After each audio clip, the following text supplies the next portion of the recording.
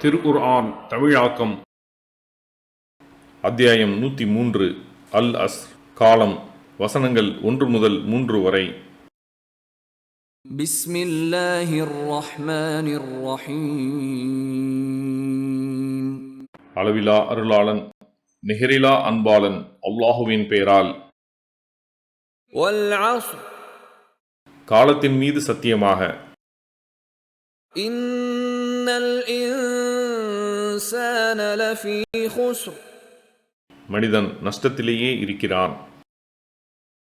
இல்லல்லதீன ஆமனூ வஅமிலுஸ் ஸாலிஹாத்தி வதவாஸவ் bill Hakki வதவாஸவ் பிஸ் ஸப்ர்.